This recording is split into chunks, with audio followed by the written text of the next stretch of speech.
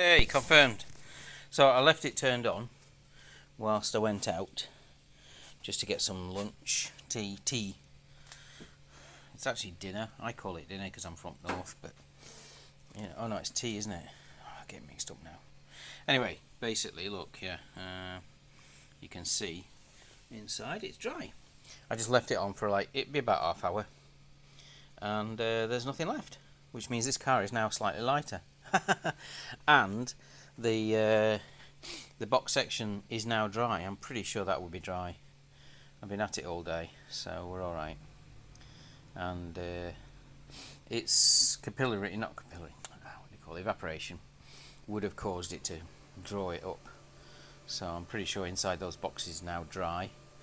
It's obviously got rust inside it, but I presume that chassis members are made reasonably thick. So yeah, I can't imagine it just suddenly caving in. Yeah, so yeah, it's usually at least 2 mil, probably more. Hey! Right, so success.